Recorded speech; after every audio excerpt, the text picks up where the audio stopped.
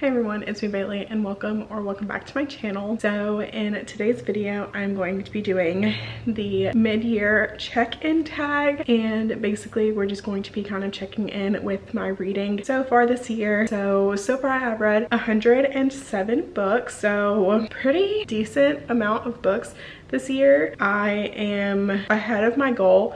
My goal for this year was 52 books. I did set it on the lower end just because I did know that I was going back to school this year and I wasn't sure what my course load was going to look like, so I wanted to make sure that I could set a goal that would be achievable for me, and so I have since passed my goal. So next year I'll probably make my goal like 100 or something.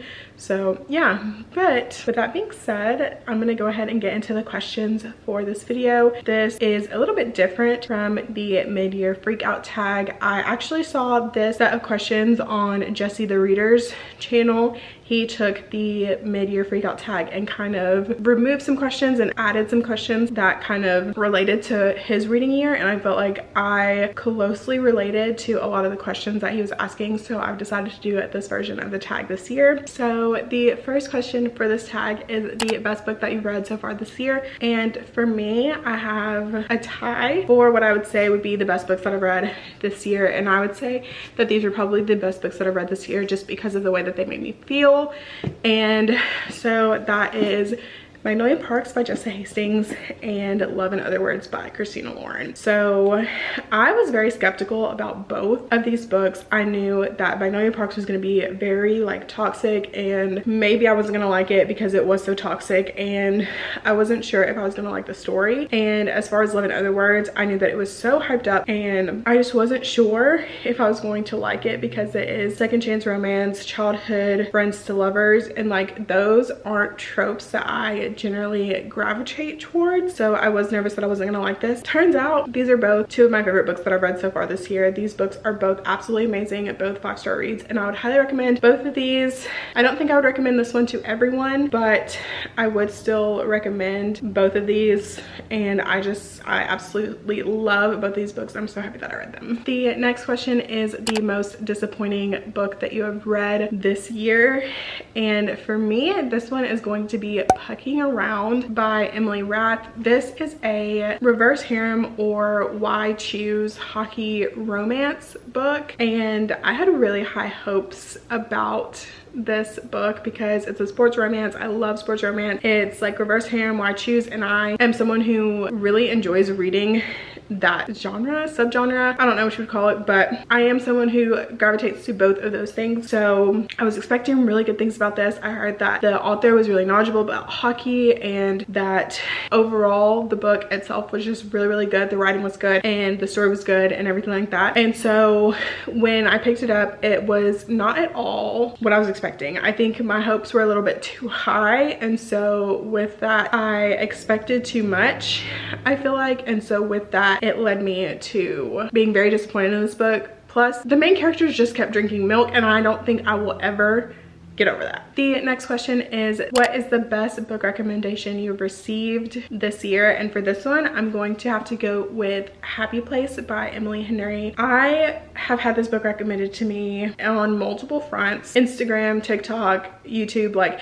people were recommending this book absolutely everywhere, and I have read Emily Henry in the past, and it has been kind of like so-so for me. Like, some of her books hit for me and some of them are kind of like a miss for me, or some of them are just like okay. So I've had like very mixed feelings about the Emily Henry books that I have read, and so I heard this one was her best work yet, that this book was absolutely amazing and that the writing was so good and the story was so good and so impactful, and I agree 100%. Like, I really enjoyed this book. I had a good time reading this book. It had me like feeling for Harriet and her relationship with Wynn, and honestly I felt like this book is perfect for someone who is in their like early to mid 20s who have just finished college and might be like unsure with what they want to do with their life. I just feel like this book would be perfect if you were in that situation, and honestly this book was just so good and I would also recommend it. Question number 4 was your first DNF of the year, and for me that was Blindsided by Amy Dawes. And this is a sports romance book, and I did not like this book. I was not vibing with the characters. I didn't like the main character. The main male character seemed like he was okay, but I just felt like the main female character just was really annoying to me. And this book had been so hyped up. Like I remember it had been #1 on the Amazon Kindle store. Like people on TikTok had been hyping this book up, and so I finally decided to pick it up, and I really just did not like it. And yeah, so I don't know if Amy Dawes is an author for me. I might give her another try, but based on that book, I'm not sure. So the next question is a new release from this year and your thoughts on it, whether they're good or bad. And so for this one, I'm going with Secretly Yours by Tessa Bailey, and I was so excited for this book. This book came out in February around Valentine's Day, and I was literally so excited for this book. Like I love Tessa Bailey. I loved It Happened One Summer. That's one of my favorite books of all time. Like I am absolutely obsessed with that book, and so I was so excited for another book similar kind of to that one, or what I was hoping would be similar to that one, to come out, and she gave us this.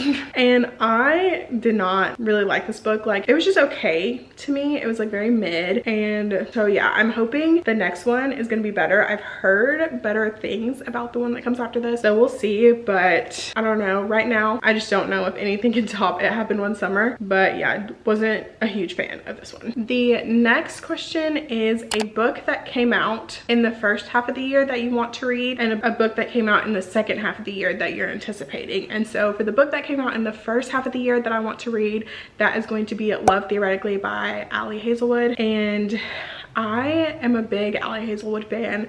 I really loved The Love Hypothesis, and I really enjoyed Love on the Brain as well. So I was super excited about Love Theoretically. So I'm hoping to read that book soon, and I'm super excited for when I can get my hands on it and hopefully read it. It is already out, but I just haven't gotten a chance to pick it up yet.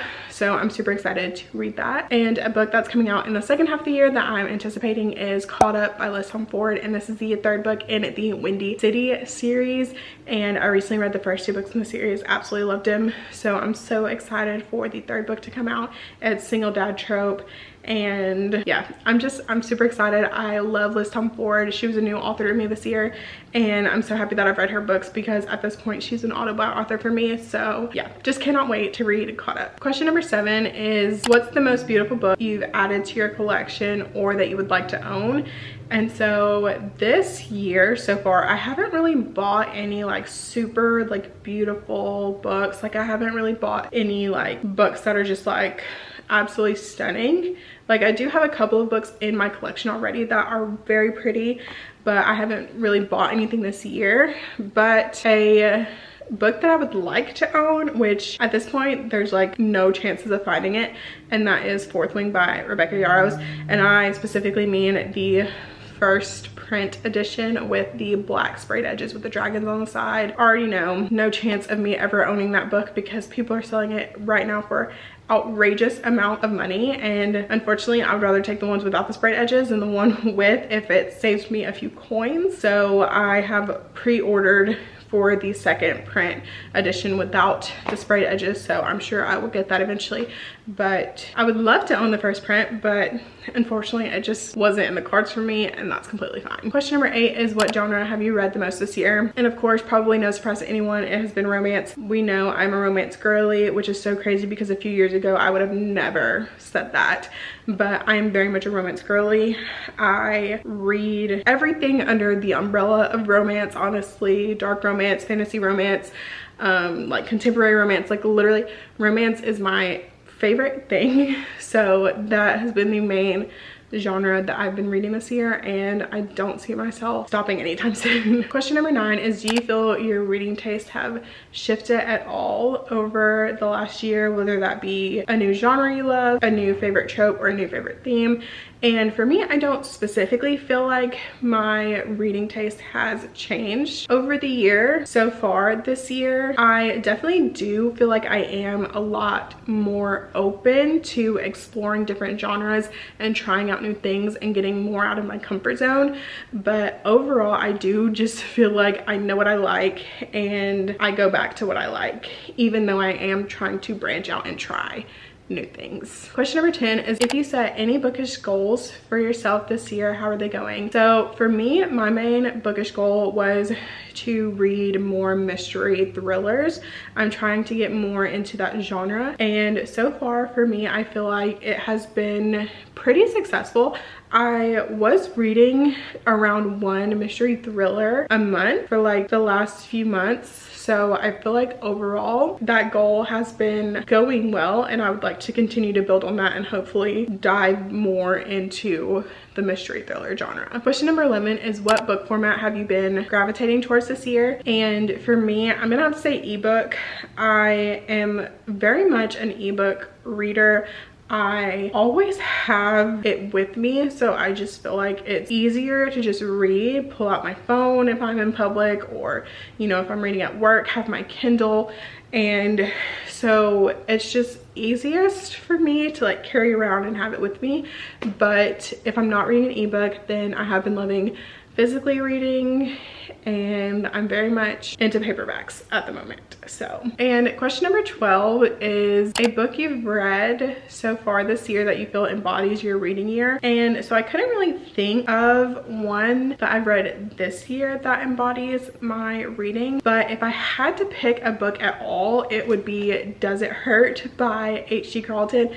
And I say that because this book is very entertaining yet chaotic, but also dark and a little twisted with a bit of a mystery in it. And honestly, I just feel like that sums up my reading life. I feel like that sums up my reading this year. I feel like that sums up my reading taste. So honestly, I just feel like this book just happens to embody everything that I am when it comes to reading. All right, so that is going to be it for my mid-year check-in tag.